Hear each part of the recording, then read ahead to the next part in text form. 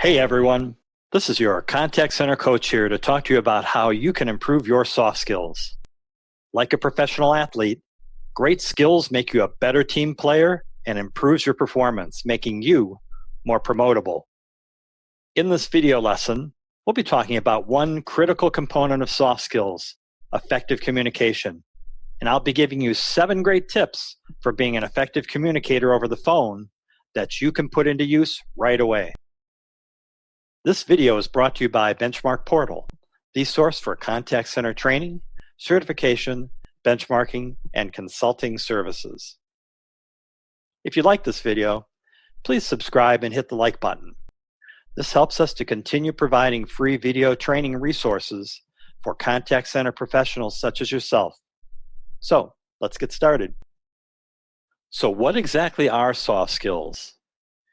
When you look at professional skills in any job, they fall into one of 2 categories, either hard skills or soft skills. Hard skills are the ones that are teachable and measurable, like language skills, computer skills, and professional certifications. Soft skills are traits that make you a good employee, like dependability, friendliness, effective communication, teamwork, and so on. But what does that have to do with handling phone calls? Well, a lot actually. Because effective use of soft skills on the phone can mean the difference between a weak performer and a superstar. There are actually a lot of components to soft skills that can make you a great performer. This video is part 1 in a series of lessons about soft skills designed to help you understand them and to put them into play. For this coaching session, we're only going to focus on one that can make a huge difference in knocking it out of the park for your callers: effective communication.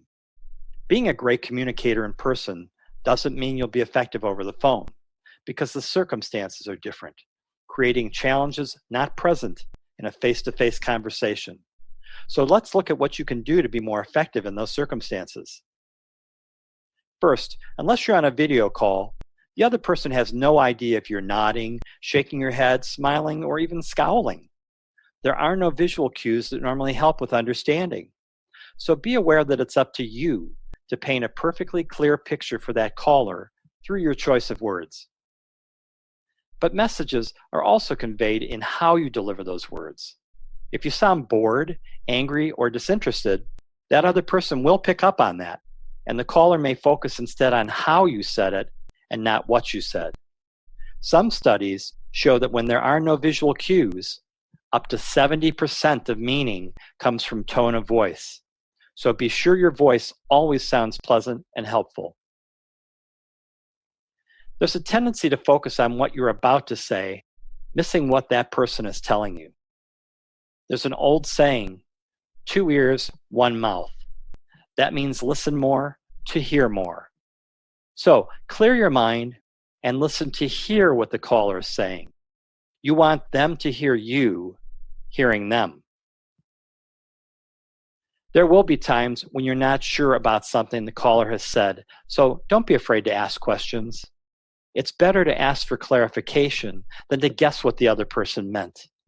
No one is ever happy if you hurry to the wrong answer because you didn't take the time to ask and understand. Long sentences with many words and ideas may result in the other person losing concentration and confusing them. So speak in a structured and logical way. Think of a race where you need to get to the finish line as directly as possible without leaving out critical steps. Callers can tell if you're not giving them your full attention. That can lead to you sounding disinterested or even mistakes.